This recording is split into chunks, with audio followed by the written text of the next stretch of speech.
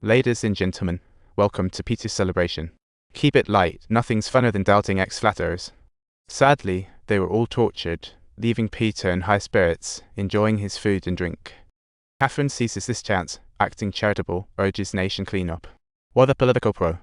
She totally ignores Peter in her speech, leaving him awkwardly uncomfortable while Catherine secretly revels in joy. Peter's doubts fade, replaced by surprise. He's fallen for the Queen. Just as Catherine contemplates how to take Peter down a peg, she suddenly gets surprising news. Wheat is blooming, and she's pregnant. Great news, right?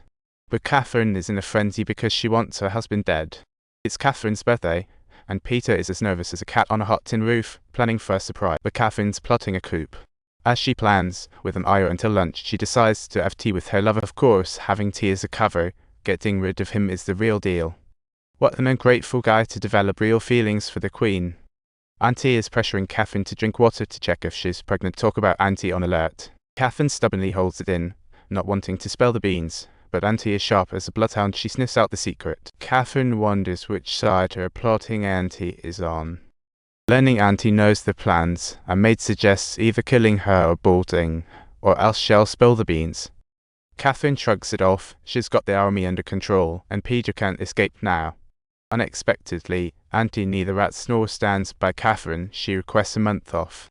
Meanwhile, Catherine shows up glamorously for the private birthday party that Peter planned, all set to make her. But Peter has a surprise in store. Her long-awaited idol, Voltaire, shows up. How could she kill anyone in front of her idol? That's just wrong. Finally, Catherine is able to freely whip out her dagger, yet she's slightly moved by this gift. But when compared to the stars in the sky, this really amounts to nothing. Catherine made a fool of herself before Peter, thinking she'd be queen. Pure delusion.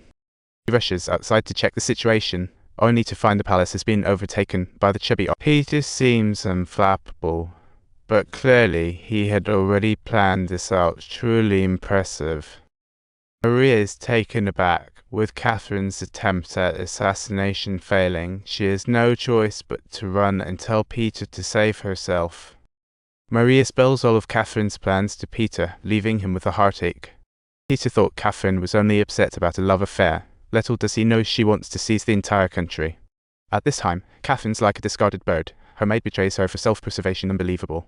Now, her only bargaining chip is the baby. Let's see how Peter reacts to that. Peter's proud face reveals he's a total kidder slave. As long as he cares for the child, Catherine still has a glimmer of hope. Sure enough, Peter values the child, and Catherine seizes the chance to ask him to abdicate. Her proposal is absurd. Why should she get to abdicate so easily? Sorry, not happening. Watching her captively outside, Peter suddenly gets an idea. He offers Catherine a deal: remove rebels, free Leo. Wow, she's really love-struck. Mention her man, and she surrenders at once. She must write to withdraw the chubby troops. Turns out the rebels back her as the chubby fellow. Peter's ploy uncover the bigger fish behind the scenes. As for the fate of the chubby guy, who knows?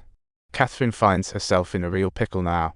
If she chooses the nation, she must sever ties with Leo. What a heartbreaking choice. How to catch a little hubby? Simple, just put a cute little pig across the river. Roast it low and slow for 49 hours, and watch the yummy aroma drift while the Emperor stays unfazed. What on earth happened to once mighty Peter? It all starts 4 months ago with a coup aimed at dethroning Peter.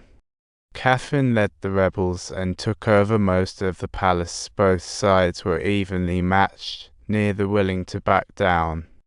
Catherine's dear aide fakes a heart attack at a critical moment. What a laugh.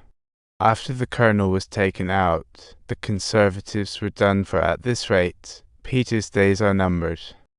Peter decided to quit while he was ahead, ready to flee with his confidant. Smart move. Catherine struggles to find them, only to see people outside the city gate loading supplies onto carts.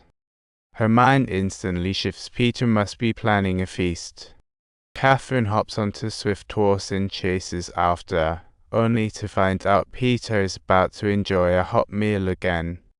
Her troops were required to seize the palace first, but by a twist of misfortune, they suffered a crushing defeat. What comes next?